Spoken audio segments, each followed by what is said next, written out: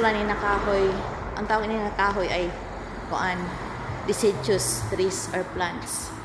Panahon sa autumn season, nangalagas na ang iyang dahon. Di ba wala na siya dahon, pero panahon sa summer, full green gini ang dahon, green color. Sa inig autumn, start karon sa kuan karon October 9. Ha? Wala na siya dahon. October 9 up to May first week of May, second week of May, magkadahon niya siya naling sa dahon. Sa dili pa niya siya magmanahon next year pohon, muagi pa niya siya og cherry blossom kanang white flower na mag-andiri, mag-bloom.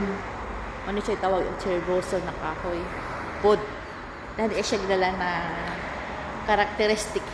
Sa summer, green color ang leaves. So wala pa niya siya nangalarag, ang iyang color is orange.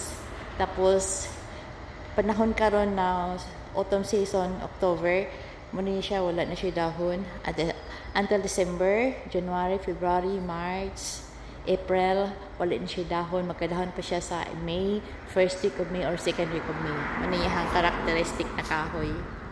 Diba amazing?